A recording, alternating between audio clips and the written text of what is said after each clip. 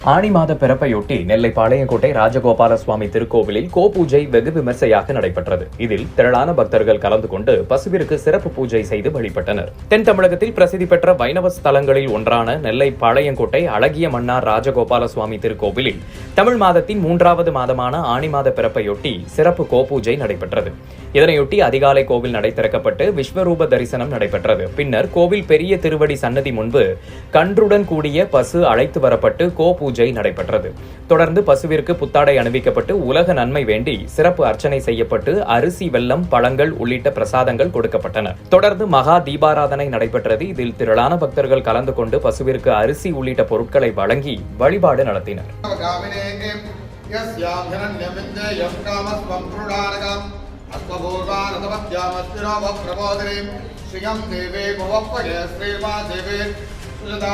तां शोष्पितां हिरण्यप्राकारां वाक्राञ्जलं दे तृप्तां दर्पयन्ते बद्धेष्टां वत्सवर्णां वत्सप्रिये वत्सप्तगस्ते वत्सालये वत्सगलायतां विश्वप्रिये विश्वमनोदूरे वत्सानवत्सम्मिजन्तिरन्त्रान् प्रिये जातश्रियमानिर्यायस्य उपजा नरभ्यो ददाने यं भजाना वदद्धमाय सत्यस्मविदायत्रामनगरसहस्रायुजा कर्पूरनिराजनं परिणयामि.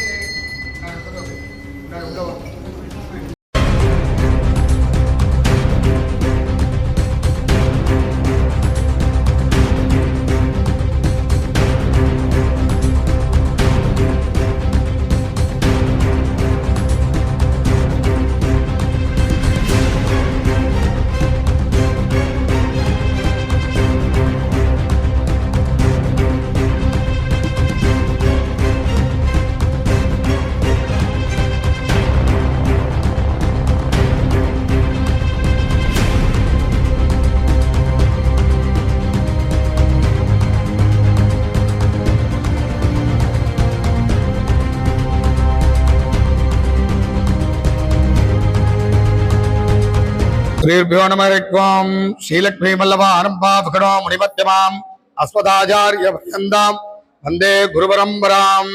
அருள்மிகு அழகிய மன்னார் ராஜகோபால வேதநாராயண சுவாமி திருக்கோவில் பாளையங்கோட்டை. இங்கு பிரதி மாதம் தமிழ் மாதத்தை பிறப்பை முன்னிட்டு விமர்சையாக கோபூஜை நடைபெற்று இருக்கிறது. அதனைத் தொடர்ந்து பக்தர்கள் அனைவருக்கும் பெருமாள் ஆசீர் வழங்கினார். இதைத் தொடர்ந்து இந்த மாதம் 22ஆம் தேதி நமது திருக்கோவில் திருக்கல்யாண மகோத்சவம் வெகு விமர்சையாக நடைபெற இருக்கிறது.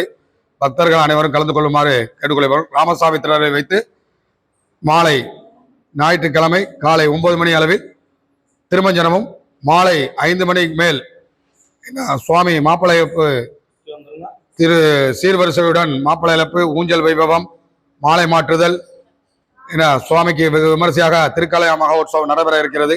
பக்தர்கள் அனைவரும் கலந்து கொள்ளுமாறு பெருமாளுடைய பிரார்த்திக்கிறேன். ஜெய் ஸ்ரீமன் நாராயணா.